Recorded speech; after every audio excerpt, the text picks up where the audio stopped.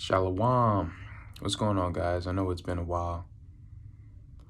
Oh man, I was gonna do a live stream, but something's wrong with this. I don't know. Something's going on with it. I don't really know how to do it, so I was like, whatever. I'll just make a video. Um, a lot has happened, man. A lot has happened. A lot has happened very quickly, but it truly is nothing, and it is nothing that I didn't ask for. It was nothing that I've been praying for months. I was really having the opportunity to leave the situation that I was in my father's house and under my father's roof. So a lot has happened. I was visiting my grandparents for a few weeks, and then stuff happened. But I'll explain. I'll explain. I don't know how long it's gonna be, so I'm sorry if it takes a long time. But I'm just gonna start, relatively at the beginning. I'm not gonna give that long of a story, but you can say that I've always had an issue with my parents, with my biological parents. I love them very much. You know, people are just people.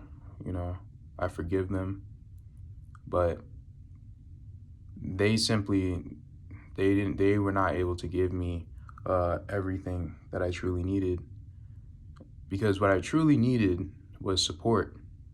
And I believe that's the fifth gift of happy living, I believe, is supporting your children, no matter what, not honoring your father and mother. No, you're supposed to, respect and love your children, and, really want to see them be themselves and not see them be who you want them to be. Because, you'll gain natural respect if you are able to do that. But that's pretty much the issue. My parents, they wanted me to be what they were, but better. And that's not who I am. I'm not a better version of you. I'm me. And, so that's why I've never really gotten what I needed from my parents. I'll start off with my mother. I've said this on my channel before, but I think I took down the video, so I'll just say it real quick again.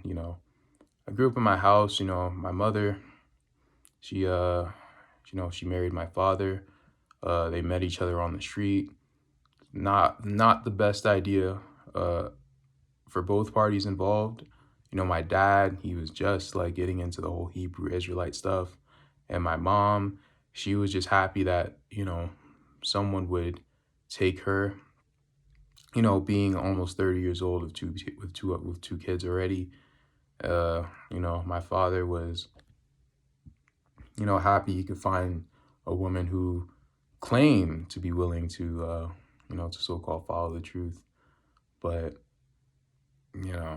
the dynamic definitely did not work out. My mother, she wanted to, she just said what she needed to say, just to get someone to put a ring on it, pretty much, and to be a father.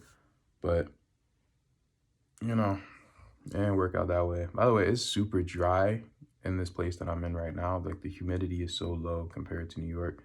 When I drink water, it's like I didn't drink it. So excuse me if I do that a lot. But pretty much their marriage was not a good setup in the first place. It wasn't proper. And eventually they get divorced. Now, the issues that my mother had, if I'm just being real, she's crazy. She's crazy. She kind of falls into the archetype of the mother goddess archetype, the worship me, you like worship the womb, I am a woman, that sort of archetype. The loudmouth black woman archetype. However, the one thing about my mother, though, is that she's incredibly intelligent and she's incredibly manipulative. So that is such a bad combo. A lot of the loudmouth black women are very stupid. She is not. She's very calculated and she knows what she's doing almost all the time. So, she knows how to manipulate people. She knows what to say. It's terrible. My dad is a hothead. He's very dogmatic. But he also is a great provider. He's a great nurturer. Um, he gives. He knows how to give. And that's one of the good qualities of my father. However, one of the bad qualities of that is that when he gives, he almost thinks that that's all he has to do. That nurturing and giving is his primary function as a man, and it doesn't make any sense because it's really not, but pretty much they have their own issues. My father is self-righteous and my mother is crazy. You know, I'm almost like really nothing, like my parents. It's so very weird. I don't really know how I really came from them. I only look like them, but I don't really share the same spirit as them. I'm like really like the laid back, I'll worry about it tomorrow type of dude.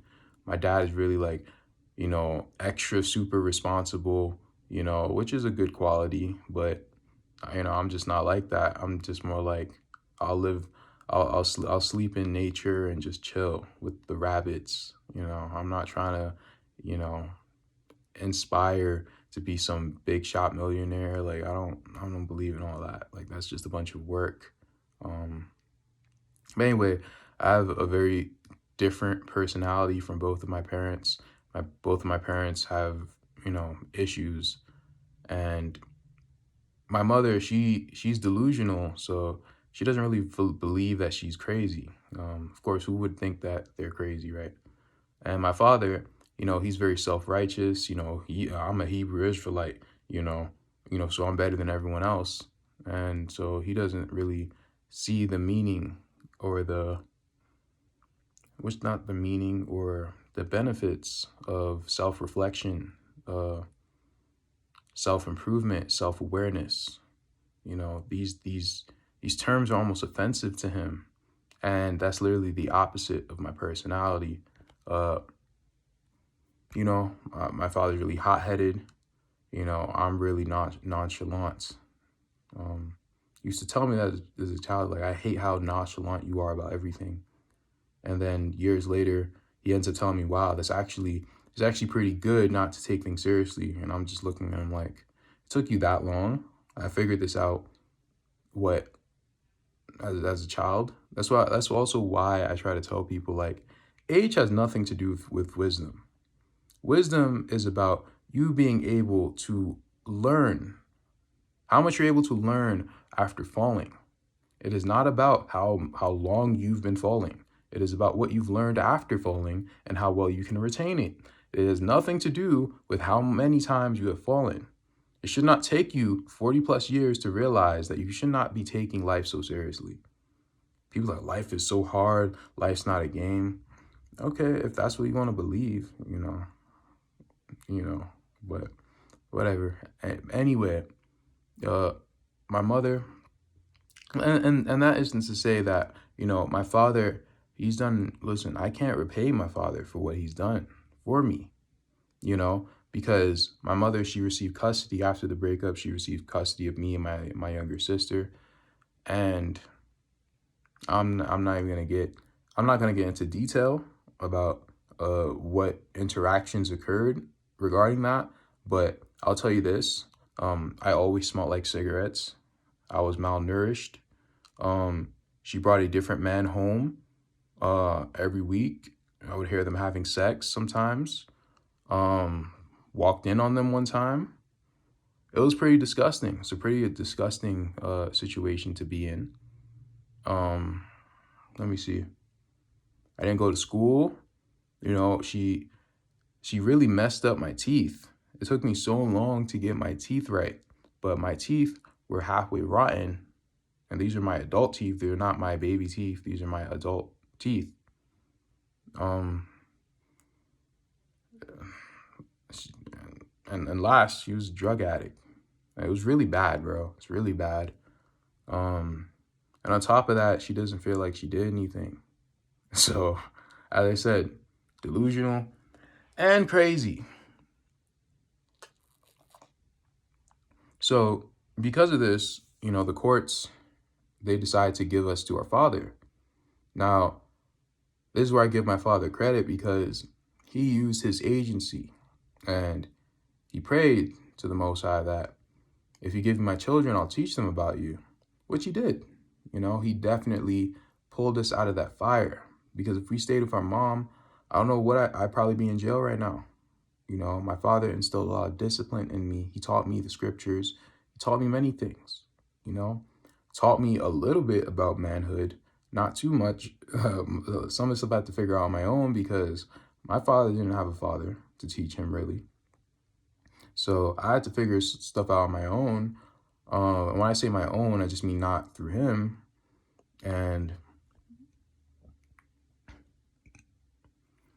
But either way, he's helped me out tremendously in my development in ways that I cannot pay back. And that's why, I'm not on here to really besmirch, my parents or anything like that. Because, as crazy as my mother was, she did make me feel loved, to a certain extent. I did feel that unconditional love, to a certain extent, even though the action wasn't there, all the time, the words were there, you know, she could talk a good game. It's kind of like the opposite with my father. He didn't really say it. He's not a good person with words at all. He hurts people with words. But his actions, when you read between the lines, you're like, okay, well, he probably does care. But anyway, so my father, he gets custody of us, teaches us the scriptures, teaches us, the Bible about the Most High. It's an uphill battle, man. It truly is. Because he taught us a lot of this stuff while my parents were together, but they broke up and then we just went to him. So this stuff, it was already kind of built in me. Like, I remember when I was with my mom, I would just think like on random Saturdays, I'm like, yeah, I shouldn't be eating those cooked foods. Or I see my mom just like eat a whole plate of lobster and I'm just like, ew, right?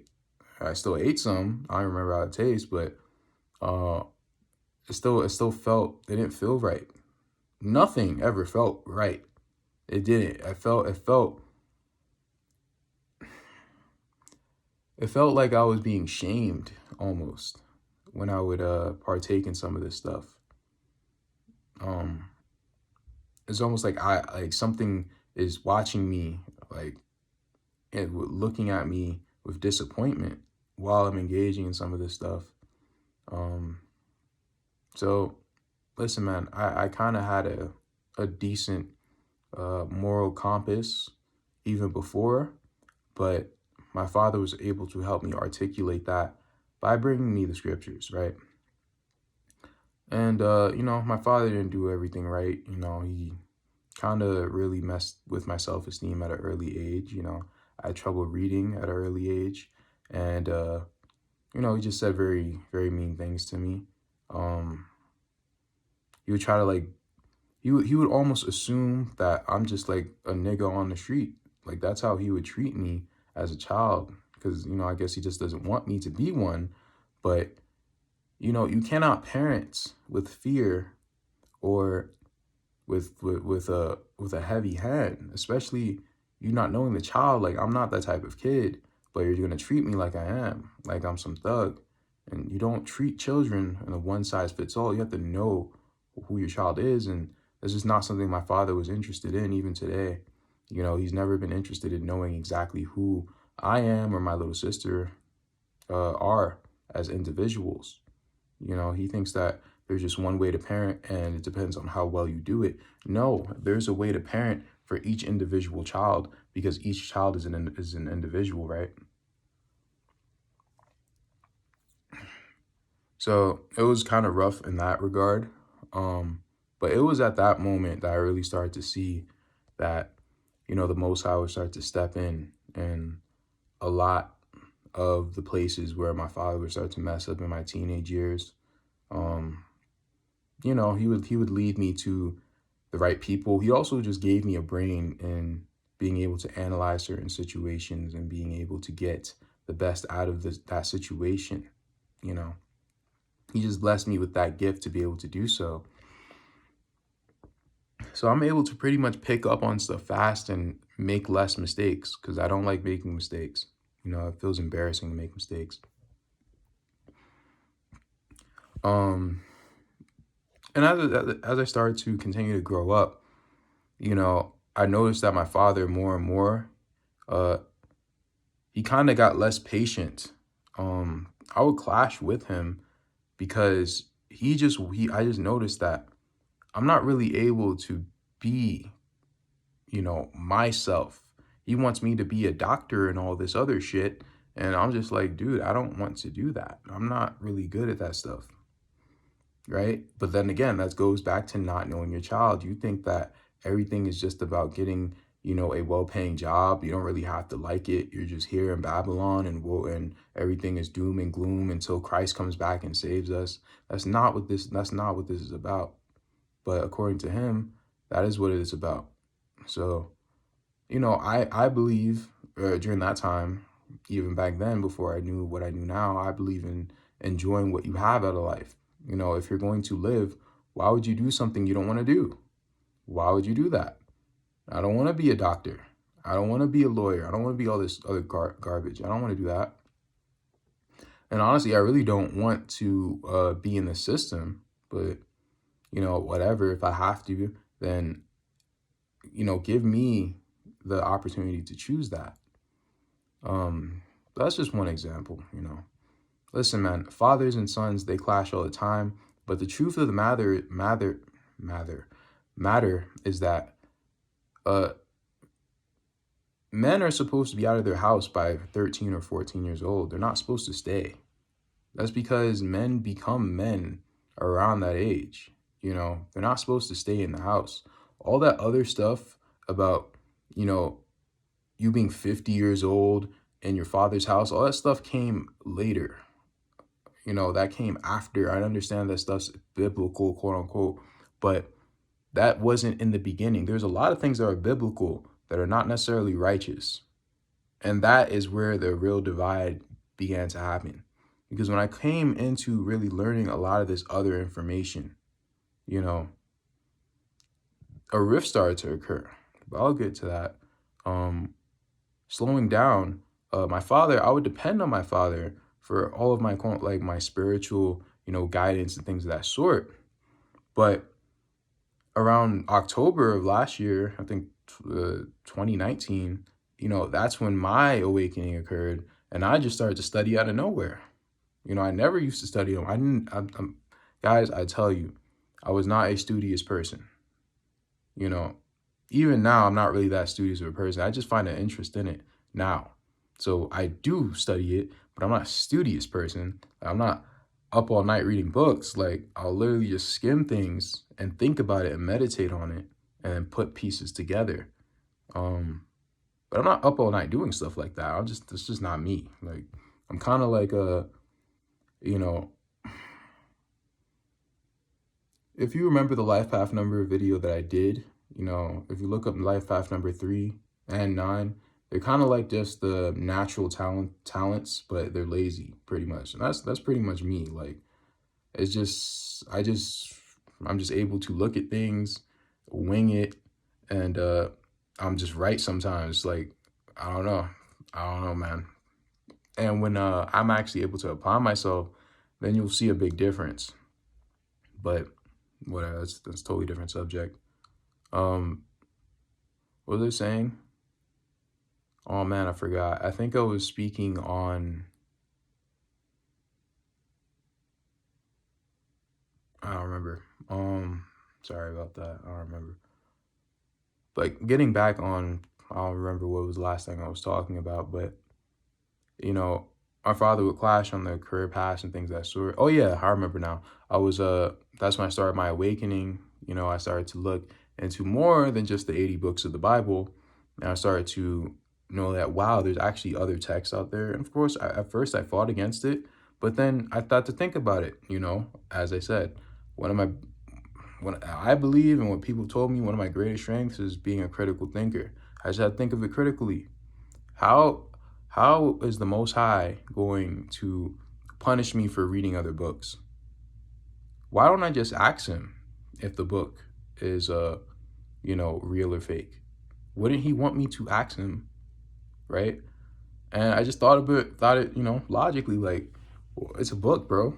Like, seriously. And it just went from there. I just started doing research. You see my eye twitching. I don't know what's wrong, man. My allergies acting up, but I started doing research and I started to realize that, a lot of this doctrine that's pushed in the Bible, a lot of stuff has been added by men. This is not doctrines of the Most High. This is doctrines of the Levites who had control over the records and are able to add whatever they want to add, that benefits them. They changed it from, parents, pretty much the child is the gift to the old ass parents are the gift. That's totally backwards, bro. Like, are you crazy? If you are a righteous person, then you will celebrate life and you're not celebrating death. You're not giving priority to, the real old stupid people, right? You have to earn that. Being an elder has nothing to really do with your age. Now, if you couple the wisdom with the age, yes, you are definitely someone to be respected. And I heavily respect those who are older and who are wise. But what is wisdom? Wisdom is humility. If you are old with humility, you are someone to be respected because you understand that that is the true key to life. If you're still old and you think that wisdom is about knowledge, you're a fool to me and I cannot take you seriously. And this is not a concept that is really pinned down in the scriptures enough. Not for some people, at least not for my father. And that's just how he believes, He believes in a lot of these different rules that the Levites have written in, and they aren't really righteous. They have no love to them because they're not from the Most High, Just because it says it in a book, it doesn't mean it's right. You have to use the Spirit when really analyzing a lot of this stuff. And the Holy Spirit has come, it has arrived, and, people who are not humble enough have pretty much missed the bus. And I'm moving in this direction and he's still stagnant. In fact, he's going backwards, So I'm approaching this knowledge, right? And I'm just starting to realize that a lot of the stuff that, or as wise as I thought my father is or was, he's not all that wise. He's knowledgeable, but he's not all that wise. You can be knowledgeable about physics and all of it is a bunch of BS. What does that mean? You're knowledgeable about where things are in the Bible. You can quote things in the Bible and not understand them. That's not wisdom. That's knowledge. And it's useless knowledge because knowledge without wisdom is nothing. All you are is an encyclopedia. All you are is an audiobook. You're nothing important. You're nothing worthwhile. But it's not just him. It's a lot of people. It's a lot of the so-called camps and people out here who are only stuck in that book and don't want to read any other books, even though they'll pick up the Apocrypha, but then they don't do anything else. My father doesn't even look into the Hebrew. He only reads the KJV, right? It's insanity to me because some of the stuff that he says is not even what the Bible is actually saying. And, just from that alone, like even without reading other books or whatever, you don't even look at the Hebrew. You don't even understand how the Bible came out to be. You don't even want to look into anything else. It's stagnation. And I'm moving and he's stagnant. And I pretty much have outgrown my father. Spiritually, man, I've outgrown him.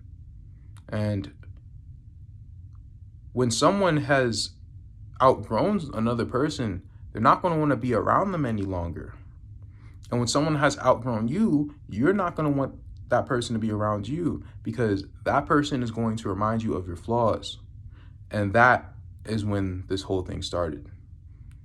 Me, knowing what I know now, I'm trying to, let my father know without directly telling him, because if I do, then it's just turns into, well, what scripture is that?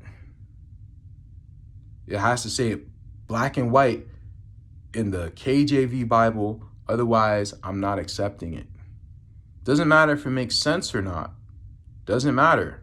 If it's not written in this book, it doesn't matter to me. And that just lets me know that it's a person that I'm dealing with who's very spiritually dead, because they need books to find the Most High. I've said this before, man, the scriptures are dead. The precepts are dead. You need to understand that this stuff is supposed to articulate what the Spirit is telling you. It is not supposed to be the Most High. The Bible is not the Most High. The books of remembrance are not the Most High. The Book of Mormon is not the Most High. None of these books are the Most High. You have to go and seek that out for yourself. You have to pray about it. You have to ask and you have to search for yourself. But all they do is articulate certain things. Now, they're not even able to articulate them properly. So you have to really be able to pick the meat, spit out the bones. There's hijacks in all of these books, bro. There's hijacks in the Bible, in the books of remembrance. There's hijacks in all of them, man. You cannot be that ignorant. But that's not even a consideration. So I will try to tell them things. In fact, I'm not even going to get into all of that. I'll just give you one example, which is what kind of set everything off. Because my dad, for whatever reason, he's all about, money. Like, I don't know what's wrong with the older generation and money, why they hold it so sacred. Why do they behave in such a way where they believe that life is all about scarcity and storing? That's not living, bro. That's not living. You say that you claim to believe in the Most High and all this and that, but you're hoarding money and you're scared and all this and that. Like, you look foolish. Well, I can't make the wrong decision. I got to get the best paying job. No. It doesn't really matter what you do, man. Whatever you want to do, the Most High wants to see you happy. So you getting a job, the Most High is not going to punish you for not being a doctor. Like, what the hell? Like this, but this is the type of logic, that, people with that mindset, the mindset of scarcity, this is what they come up with. And he was trying to poke fun at me, saying, "Oh, so yeah, you're the type of person who'd rather, what do you say? Help people than make money." I don't even know where he got that from, but I guess he's able to read this stuff, or Satan told him to say it. But I was like, yeah, I guess so. That's more important than making money. And he kind of got offended by it.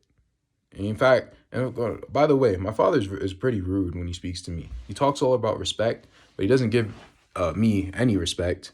But, whatever, that's neither here nor there. He has to answer to the Most High for that. But, I'll give you an example before I continue. I remember when I told him around last year, I was like, yo, and this is when I was looking into the North America model. I was like, hey, I heard this theory that Jerusalem could be in Utah. And you know what he called me? He called me an effing idiot. He said, oh, you're stupid. You're an effing idiot. You got to stop listening to people online and all this and that. I remember I said one time about, the Ish people and about their origins. And I said, oh, yeah, a lot of them, they claim to be Jewish because they were converts during the time of David. Like, David pretty much forced them to convert. He's like, well, where'd you get that from? Where's that in the Bible? And this and that. I'm like, what? But you're the same person who will look towards Josephus. See what I mean? Hypocritical as hell. But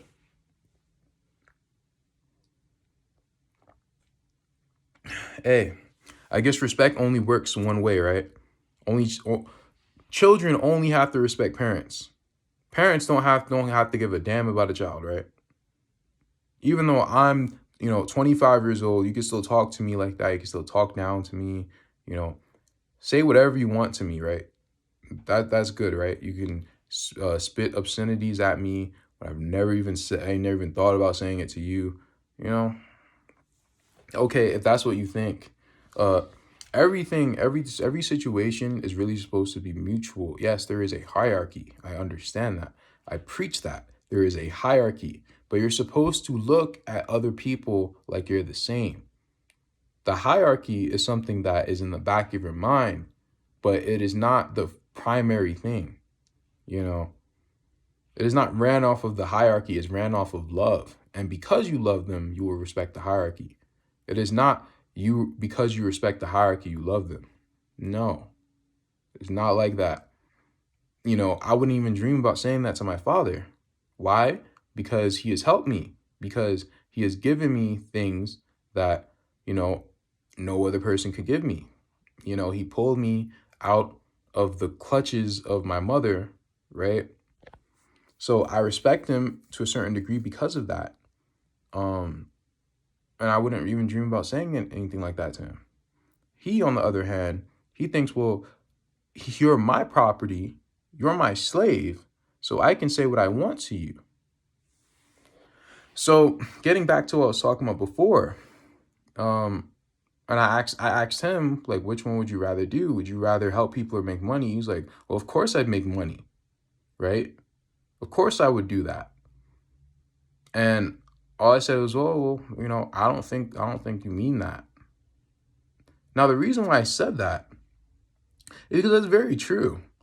When all this stuff happens, if he's a person who's, still alive during what's coming on this earth and he has not been gathered into the city of Enoch, then he is going to have to learn how to help people, because it's one of the 12, I don't know if they're gifts or laws or whatever, of Yeshurun.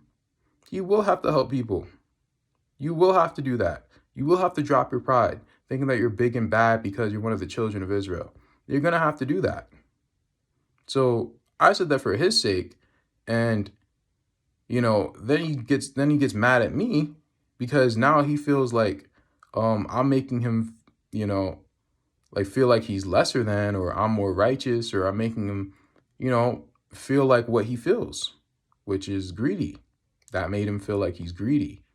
It made him feel like he's unrighteous because he'd rather make money than help people. He's like, well, where is it saying in the Bible I gotta help people?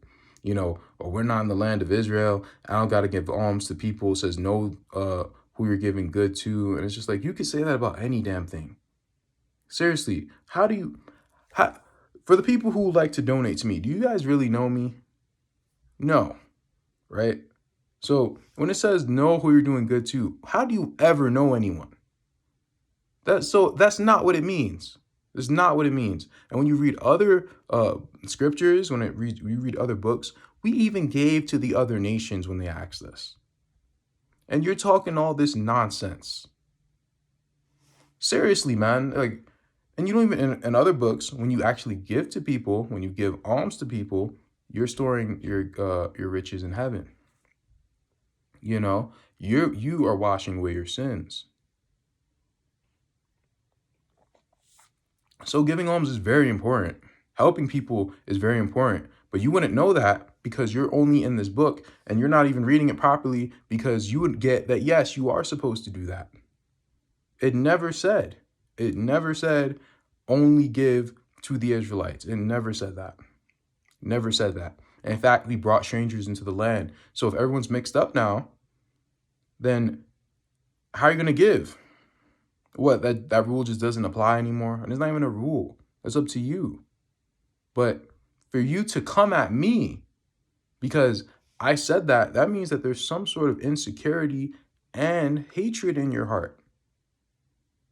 And the next day, he wants to continue this I went too fast. So he's pretty much trying to convince me about why I'm wrong. And he's trying to convince me to backtrack, and I'm not doing it. So I'm just like, I don't really think this conversation is going anywhere, Dad. So why don't we just stop talking about this and let's just agree to disagree? Let me ask you, is that rude? Because he obviously thought that was rude. It was rude to say, as a 25-year-old, hey, I don't really want to talk about this. You know, let's just both be men and just back away. I love you, but I don't agree. You know, making a video. So that happened. Next day, he wants to talk about this again. He wants to convince me about how wrong I was and the fact that, I should reconsider my stance. Because obviously, what I said really got under his skin. The spirit was really vexing him. And he didn't want to repent. He didn't want to look at it and say, you know what? There might be some merit to that. No, he wanted to continue. So he's continuing to want to convince me that I'm wrong, that helping people is somehow wicked now to make him feel better. And I just said, again, this isn't going anywhere. Please stop forcing me to have this conversation. Then he gets pissed and then he drives away in his car. And something tells me, a few hours go by, he's talking to his buddy or whatever. A few hours go by and I was like, you know what, let me call him. Let me try to rectify the situation. Because even though I said nothing wrong, I'm still trying to rectify the situation. I'm not a confrontational person. I'm not trying to hurt people's feelings. Even though you're wrong, even though, you don't want to repent, I'll just let you have your way. I don't really care. I don't really have pride like that, I don't really care. You can think what you want. I tried to help you. You don't want it. Whatever. I'll take it back. I'll take my pearls back. That's fine. This guy's screaming at me on the phone, talking about mother effer this. I'm too nice with you guys. You guys disrespect me in my own house. You don't honor your father. You got Satan on you. Comes back home, still arguing, threatens to kick me out. And I was like, okay, fine. He got silent for a second. And then he was like, you know what? And then he just kind of changes the subject. And then I guess we come to a resolve because I was not gonna move, bro. I tell you, I was really just standing there bold, just looking at him, and that's not something that I usually do. But it was just because what he was just saying was just pure madness and wickedness. But something was almost put on me where I was like, I start crying, and he's thinking that I'm crying because now I've realized my sin. When I thought about it, I was really crying because of how wicked you've become. The fact that you've been willing to justify this, it brought me to tears, and I didn't know why. And the day after, then we visited our grandparents for 2 weeks. But that same day, man, I was shattered. I was broken. I was shaking because I truly do. I felt like, yo, this guy's like, he just teared me down. Like, I'm trying to show you, or I'm trying to, be myself at least. You want me to answer your questions. I can't not say anything. If I don't say anything, he gets offended. If I do say something that he doesn't like, he gets offended. I can't say I don't want to talk about this. I'm rude. If I say what's on my mind, oh, then I'm wicked. And I just said, all right, I'm sorry, and I had to act like I'm wrong when I'm not. And that actually really made me sad, because now I'm like, yo, how can I stay in a place where you're making me feel like trying to be righteous is wicked? So we actually visited our grandparents for a very long time. Most of the time we've ever visited them for, which was like 2 weeks. And after the first week, I called him, and I called him on the phone because we rectified the situation as far as I know before. But I called him, asked him how he was doing, how his back feels, because he has back issues. And he's like, I'm still mad about what happened, right? And I'm just like, oh gosh. And I was like, you know what? I'm not even gonna fight back. I'm just gonna agree with him. And the whole time, again, he's still talking about this same thing. He's like, oh, that's been nagging at me the whole time. Like, I don't know what new age stuff you got that from, like this helping people stuff. And I'm like, dude, what are you talking about? Like, that's just my opinion. And I tried to say that, like, that's just my opinion. Like, if he's like, where does it say in the Bible? I was like, you know what? It doesn't say in the Bible. I just want to do it. And he was like, oh, okay. Because I thought that was something in the Bible. I'm like, yeah, because you are tying it to righteousness. You felt very insecure about what I said, you know, and and then for the rest of the time I was on the phone, he was pretty much trying to get me to admit that, I'm the one who had Satan on me. And then I just said, oh yeah, I guess I did, whatever, I'm sorry. And after I got off the phone, I can't tell you, guys, I cannot tell you how infuriated I was.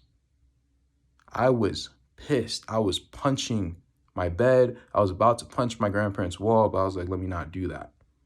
I was pissed. I haven't felt like that in a very long time. And I was just steaming mad in my chair because I'm just like, bro, I went so far. I went so far for you to the point where you even made me admit such wickedness. And, my sister, she comforted me. She's like, you know what? Why don't you just pray? Why don't you pray to the Most High and tell him how you're feeling? And I was like, I don't have righteous thoughts in my head right now. I don't think that's a good idea. And she's like, you don't know that. Why don't you just do it? I was like, you know what? All right, let me just go do it. I want to tell you what I said. I'm going to be really real with you. I wanted my father dead. I wanted his head on a stick for making me say that. I felt like my whole honor was snatched from me for everything I've done for you. For you to act like that and make me admit that, I wanted your life. I wanted judgment to be put upon you for all the things that you've been doing. All of the ways that you've been talking to me.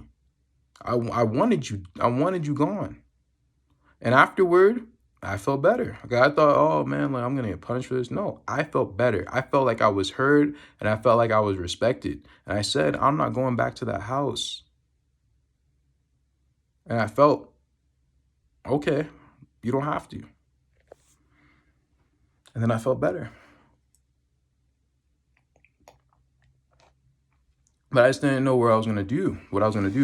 And the next day, my grandmother was like, yo, like, I don't know why you guys are here. I don't really want to, to kick you guys out, but, you guys aren't really telling me anything. And, you guys are here for a little bit too long. So I think it's better if you guys go and then you can come back at another time. And then I guess she noticed that we were visibly like kind of worried or sad or whatever. And, she was kind of like, she was trying to like guess as to why we stayed that long and why we felt sad. But at that situation, pretty much what happened is we made that decision Sunday and she said, you pretty much got to go home Wednesday. So Sunday, I just started to fast and I started to pray. And then I just came up with the conclusion like, yo, I'm going to live out in the woods. I'm not going back to the house. And listen, man, I was dead ass. I was really willing to go live in the woods. I'm not even playing with you. I was willing to do it. Talk to some close friends about it. And I told them what I was about to do. And then they were just like, well, let the Most High lead you. Right? And I was like, yeah, man, I'm going to go do that because anywhere is better than staying in a house where I have to kowtow to your insecurities and your wickedness. I'm not doing that no more. I'm done with that. You're not snatching up my pride and you're not snatching up all this knowledge that the Most High has given me because you don't want to grow. You're not being my leech anymore. I'm done. I'm out. But I had a problem. And, the problem is that my little sister's with me. If it was just me, I would do that without any problem. But I really just couldn't go to a place. I really couldn't go to a place where she wasn't safe. And that really bugged me because I was just like, about what do I do? You know, I'm not going home. They don't really want us here that long. So where am I gonna go? And you know, one of the people who I spoke with about the situation, they were just like, well, why don't you come here? And now they said this after I already told them about the situation. You know, they were I told them, well, actually, let me go back, because I asked him, you know, what I should do about the situation, and he was like, well, why don't you ask the Most High where you want to go? And I was like, well, you know, honestly, I really don't want to be in Babylon, so I'll just go live in the woods somewhere. You know, I'll live among the holy watchers. I don't even care. And when I told him that, he was just like, I don't really think that's a good idea. Why don't you come just live with us? Now, he actually wanted us to ask him, but you know, he just wanted he doesn't like to ask people because they've kind of spurned him, and that's you know, that's very true. You know, people, they take people's niceness for granted all the time. But it was the fact that I told him that, and he just was so against it. Like after, like the next day, he was like, "Listen, man, like don't do that, please. Just I'm asking you to please just come, you know, live with us." And which is him and his wife. And I was just like, all right, well, I guess that's my answer, because I told you this yesterday, and it didn't vibrate with you. And because it didn't vibrate with you, that means that that decision was not what the Most High really wanted. So I had to really pay attention to that. I was like, for him to be so against that means that, you know, this is not what I'm supposed to do. So we were just like, okay, sure. Like, we'll do that. So now me and my sister pretty much have to uh, figure out a way how to leave our grandparents by Wednesday, get and arrive at the brother's house, and the sister who were so gracious enough, you know, to allow us to stay here, you know, and carve out our new lives here. All by Wednesday, pretty much, like leave by Wednesday. And we had to pretty much like find out what we like, how are we going to get our stuff, because a lot of our stuff was back at our house. And at first I was just like, you know what, I'm leaving all that stuff. But then again, I had all my stuff. I had like my passport, my social security card, you know, my computer, like my clothes. I had a lot of stuff there, and I really didn't know what we were gonna do. So what we asked the Most High for is that our father not be there when we go back to our house, right? So we do that, right? I think we do that Tuesday. We go there and he's there. He's there, and we're just like, damn, like, you know, what now? Now, me and my sister have very like different personalities, but we kind of work in tandem with each other. Me, I was like, you know what? Because, you know, we prayed that he wouldn't be there, and he's here. Um, let's just go back. Like, this obviously means that we're not supposed to get our stuff. And my sister was like, oh no, let's just like kind of finesse it. Let's kind of like just make some shit up pretty much. And I was just like, nah, like, let's not do that. Let's not confront him.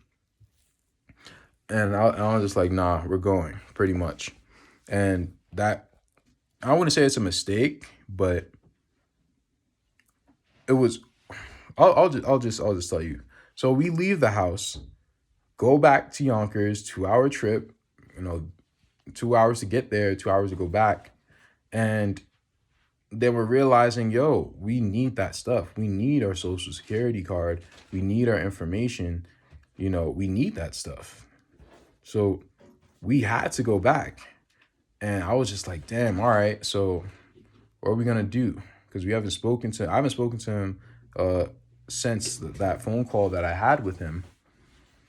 And me and my sister on our way back, we were just thinking, well, how are we gonna get our stuff? Like, are we just gonna, you know, talk to him? Are we going to you know, call the police to help us get our stuff? You know? And my sister comes up with this incredible idea, this very strange idea that I really wouldn't have accepted if I didn't make the first mistake. And this is why I said I wouldn't really call it a mistake, but I'll call it a mistake, for this context.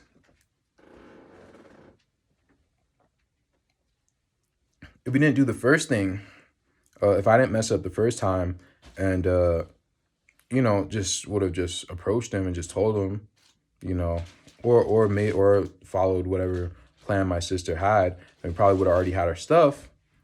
But she came with this, with this, the weirdest thing. She actually, but this was very smart because she used our father's lack of faith and his lack of knowledge against him.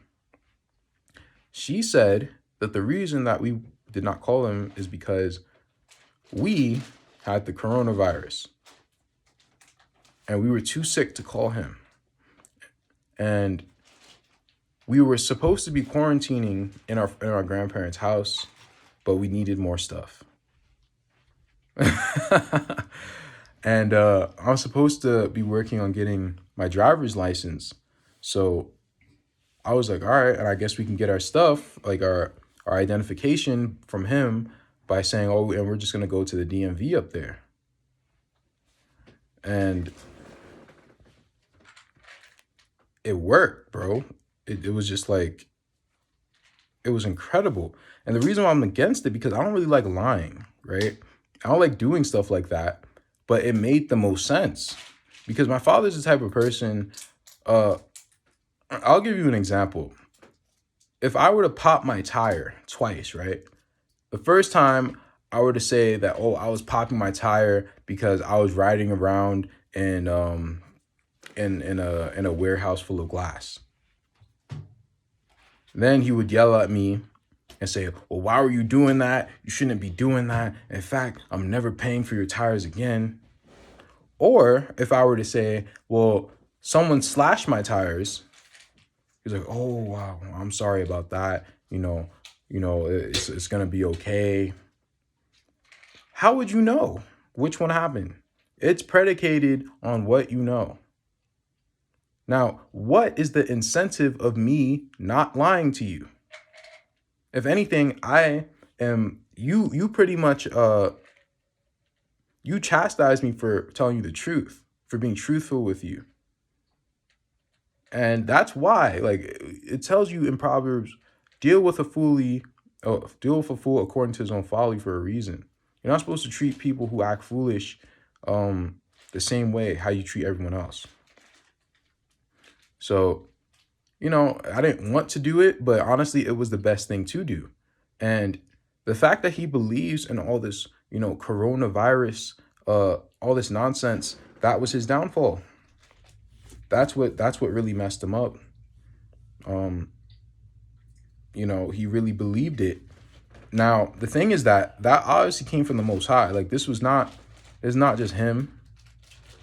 The reason why I say that is because when we were asking for our identification, he was just like, why do you need this? Like, you have all that you need. You don't need all this stuff. And then my sister's like, oh yeah, but just give it to us.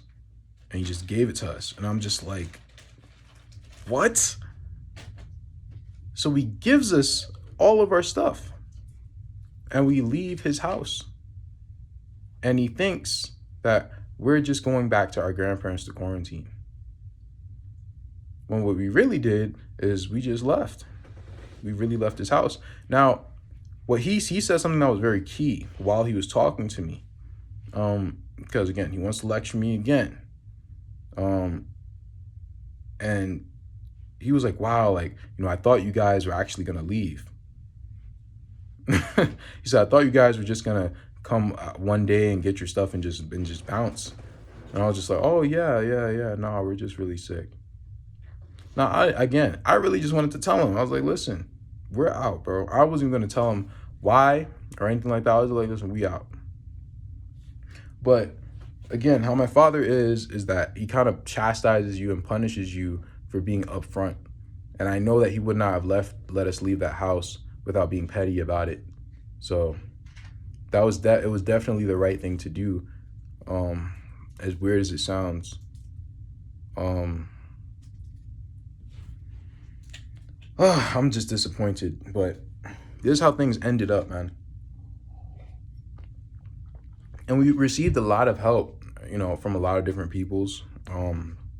It was almost as if every relationship that we had made over the time that we were living in New York came to fruition. I had friends from high school that helped me so very much in my departure and coming to this place.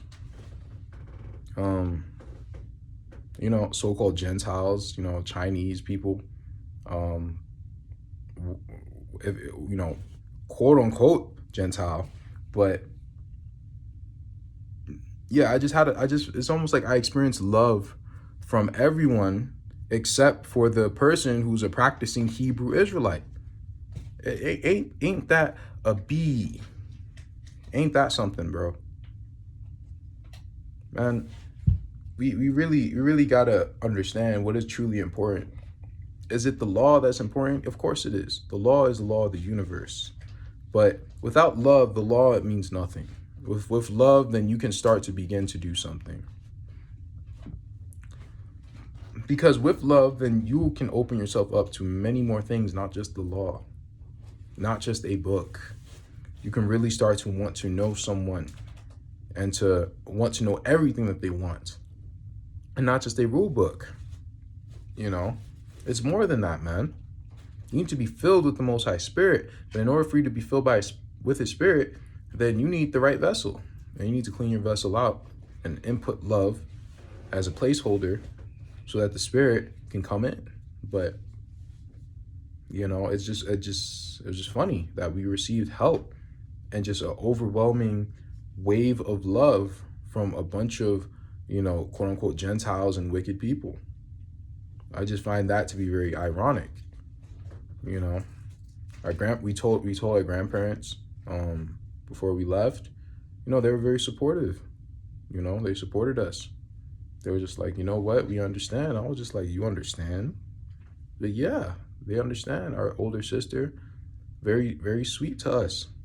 She helped us out in, any way she really could. Everyone helped us. It was incredible. It truly felt like the whole trip was guided with the hand of the Most High, the whole situation. And we went through days of struggling, didn't know what we were going to do. We were literally walking by faith. We were walking day by day, hour by hour. Like, all right, we had plans, and we missed our Greyhound, and we had to go all the way back to our house to pick up our stuff, and then came up with that plan. And it was just a lot of stuff, man. And not everything went the way that we thought it would. But honestly, it was better, because if we would have confronted him the first time we went back to our house, then it wouldn't have ended well, because we wouldn't have been able to get as good of a plan as we did. We wouldn't have left there clean. It would have been a lot more messier. And if we didn't miss our Greyhound, then we wouldn't have been able to really say goodbye to our grandparents, because we were supposed to leave Wednesday, we missed it, and we left Thursday. And we were able to really like tell them about everything that happened, and say our last goodbyes, and that was definitely worth it. And they pretty much paid for our late fees. So it was incredible, man. I stayed over at my friend's house. His grandmother didn't want us there because she watches the news and she thinks that black people have coronavirus. And I'm just like, I wanted to say, yo, do you realize that Chinese people are getting it more than us? But whatever. But so we pretty much take the Greyhound. It was a disgusting experience. Those people were nasty as hell. But I really was not complaining, because I just feel free. I feel like I can be who I want to be, and I can execute righteousness properly. I don't have to follow, someone else's religion, someone else's Levitical nonsense religion. You know, I can be around people who actually want to serve the Most High, when I actually trying to seek Him out, you know, and not someone who stagnated uh, back in the 2000s or 90s or whatever with the 80 books. It's more than that, man. It's more than books. It is about the spirit. So that's what I've been dealing with. I actually fasted for 7 days, like from Sunday to Sunday. This is my first day. Um, Wait, is today Sunday? It is?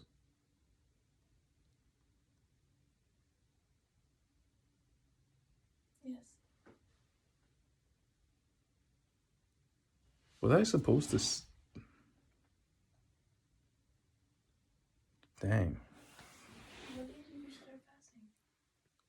That means that I fasted for 6 days, not 7. Oh, damn. That's crazy. Damn, that sucks, man. I thought I fasted for 7 days. You look like you're about to pass out. Yeah, I don't know if I would have lasted another day, but I probably would have. But I'll have to do it again then. But either way, you know, I fasted for pretty much most of the journey, you know, because I wanted it to be a new beginning for me. I wanted everything to kind of reset, reboot, but it looks like I didn't even fast for 7 days. Wow, damn. Anyway, that's pretty much what's going on. What happened with me? I've been running around. I've been very busy, and you know, now I'm in New Mexico, man. You know, it's gonna be a different experience. Um, I don't know how long I'm gonna be here. Probably for the foreseeable future, but we're gonna see. I'm gonna see if you know, I could get a little part-time human resource position with that paper they call a degree. See what happens. There's barely any quote unquote black people here. It's a weird place, man. Uh, that's just the place. As I've seen it just in the one day I've been here, it's just weird. But you know, that's pretty much what's going on. I don't know what time I'm gonna be able to start making videos again, but I just wanted to release this video so that, you know, I'm not answering a bunch of questions like, "Oh, where were you?" Like, I'm all right, man. All praises to the Most High for everything that He's done. I'm so very grateful that He has answered my prayers. Because even though it wasn't, you know, glamorous, it wasn't, it was smooth. It was smooth, but it was just hard, and that's fine. You know, when we were traveling through the wilderness, when we were traveling through the Atacama Desert, was it hard? Yes, it was. When Nephi and his family, when they were traveling through the wilderness, you know, to get to whatever part of the Americas that they landed in, was it smooth? No. So it's not really about that. It's about how it ends. Joseph, he spent how many years in the prison, you know? So I feel like I've been harvested, that I've been freed from my cell. And now, you know, I'm really ready to hopefully exercise righteousness in a, you know, in a much better way. So that's pretty much it. I don't really have much else to share. That's pretty much it. I'll start hopefully making videos soon again. I got to catch up. I know there's been a lot of comments, you know, a lot of comments, a lot of emails, people asking me what's up. You know, I'm all right, guys. Thank you. I really appreciate your concern. Um, you know, but I'm good. So that's about it. Catch you in the next one. May peace be with you.